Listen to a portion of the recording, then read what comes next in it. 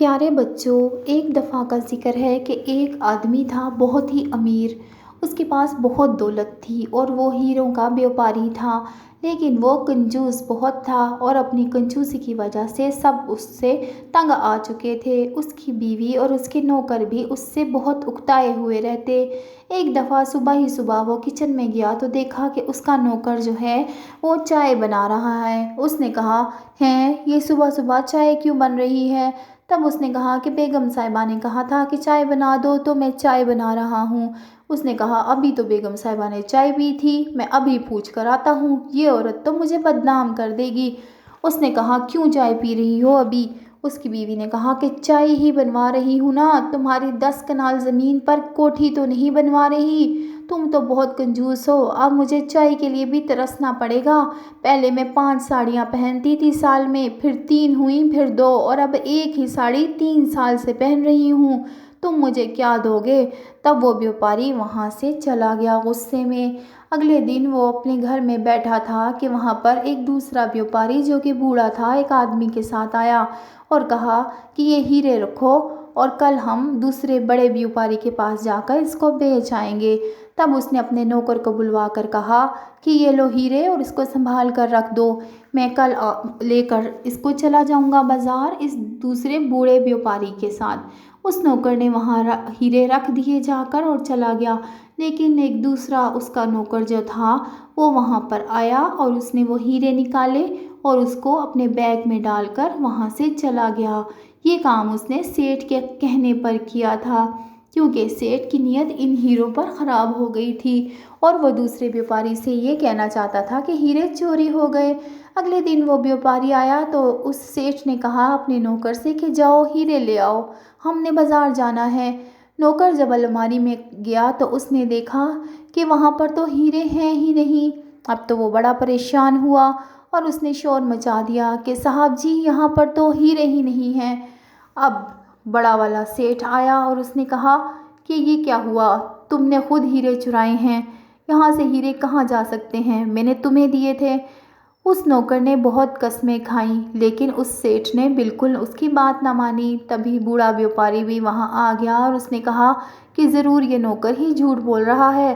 تب اس بڑے سیٹھ نے کہا کہ میں تمہیں کل تک کا ٹائم دے رہا ہوں، اگر کل تک تم نے میرے ہیرے نہ دیے تو پھر میں تمہیں جیل میں سڑوا دوں گا۔ میں ابھی تمہارا لحاظ کر رہا ہوں کیونکہ تم نے بہت سال یہاں کام کیا ہے۔ تب وہ نوکر بڑا پریشان ہوا اور اپنے گھر میں گیا جو کہ بہت ہی غریب تھے۔ اس نے اپنی بیوی سے ساری بات کہی۔ اب اس کی بیوی بڑی پریشان ہوئی اور بولی کہ ہم اتنے سارے پیسے کہاں سے لائیں گے وہ نقصان بھرنے کے لیے، ہمیں کچھ کرنا چاہیے۔ تب اس نوکر نے کہا کہ یہاں سے چلتے ہیں بہت دور تاکہ ہمیں سیٹھ نہ پکڑ سکے۔ تبھی وہ دریا پر گئے، رات ہو رہی تھی۔ انہوں نے وہاں ایک کشتی دیکھی اور کشتی میں بیٹھ کر نکل لیے۔ ان کو خود بھی نہیں پتا تھا کہ وہ کہاں جا رہے ہیں۔ چلتے چلتے وہ بہت ہی گہری جگہ پر آ گئے اور بہت تیز ہوا کے جھونکے آنے لگے۔ اب ان کو نہیں پتا تھا کہ وہ کہاں جا رہے ہیں۔ تبھی وہاں پر ایک جگہ کشتی رک گئی۔ وہ نیچے اترے تو انہوں نے دیکھا کہ پانی میں سیپیں تیر رہی ہیں جن میں بہت ہی قیمتی موتی ہیں اور درختوں پر ہیرے جواہرات چمک رہے ہیں اور ہوا میں موتی اڑتے پھر رہے ہیں۔ یہ تو بہت ہی قیمتی جگہ تھی، پورا جنگل جگمگا رہا تھا۔ تبھی آگے ایک سیپ میں ایک سپاہی نظر آیا۔ سیپ میں بہت ہی بڑا سا موتی چمک رہا تھا۔ اس سپاہی نے کہا، تم انسان یہاں کیسے آ گئے؟ یہاں پر تو کوئی انسان نہیں آتا، یہ جگہ تو ابھی انسانوں کو پتہ ہی نہیں ہے۔ تب انہوں نے ساری بات بتائی تو وہ ان کو لے کر اپنے بادشاہ کے پاس آ گیا۔ بادشاہ ایک کمرے میں بیٹھا تھا جہاں پر سارے صوفے اور سارا فرنیچر ہیروں سے بنا ہوا تھا۔ اس کی میز پر بھی بہت سارے ہیرے جگمگا رہے تھے اور دیواروں پر بھی ہیرے چمک رہے تھے، فرش بھی ہیروں کا تھا۔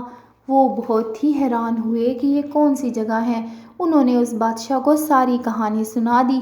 بادشاہ نے کہا، میں ہیروں کا بادشاہ ہوں، اس لیے مجھے جہاں جہاں ہیرے ہوتے ہیں وہاں کی ساری بات پتہ ہوتی ہے۔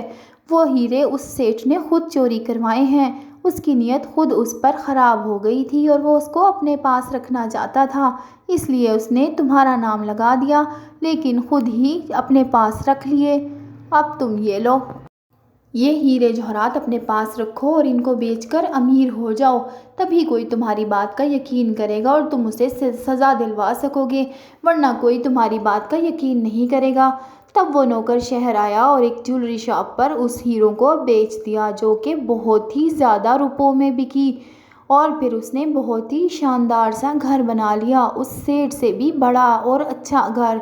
پھر کچھ عرصے بعد وہ پولیس کو لے کر وہاں پر آیا اور کہا کہ اس کو گرفتار کر لیں، اور وہ سیٹ اس کو نہ پہچان سکا کیونکہ وہ بہت اچھی حالت میں تھا۔ تب اس نے کہا کہ تم نے مجھے پہچانا، میں تمہارا نوکر ہوں جس کو تم نے الزام لگا کر نکال دیا تھا، اور وہ چوری تم نے خود کی تھی کیونکہ تم اس کو اپنے پاس رکھنا چاہتے تھے، ان ہیروں کو۔ تب اس سیٹ نے کہا تمہیں کیسے پتا اور تم اتنے امیر کیسے ہو گئے؟ تو اس نے کہا یہ تو تم کبھی بھی پتہ نہ کر سکو گے، اور پھر پولیس اس کو ہتھکڑیاں لگا کر وہاں سے لے گئی۔ اب وہ اپنے گھر گیا اور اس نے دیکھا کہ اس کی بیوی بھی بہت پیاری لگ رہی ہے، کیونکہ اس کی بیوی بھی اب بہت ہی اچھے کپڑے پہننے لگی تھی، امیر جو ہو گئی تھی، اور وہ دونوں بہت خوش تھے کیونکہ ان کے پاس بہت سارا پیسہ تھا اور بہت ہی پیارا گھر تھا، اور اس کی بیوی بھی بہت ہی اچھی حالت میں رہتی تھی۔ تو پیارے بچوں، یہ تھی ایک ایماندار کی کہانی، جس نے کیسے اپنے آپ کو چوری کے الزام سے نکالا، اور اس سیٹ کا کیا انجام ہوا جس نے کسی پر چوری کا الزام لگایا اور خود چوری کر لی۔ تو ہمیں اس کہانی سے سبق سیکھنا چاہیے۔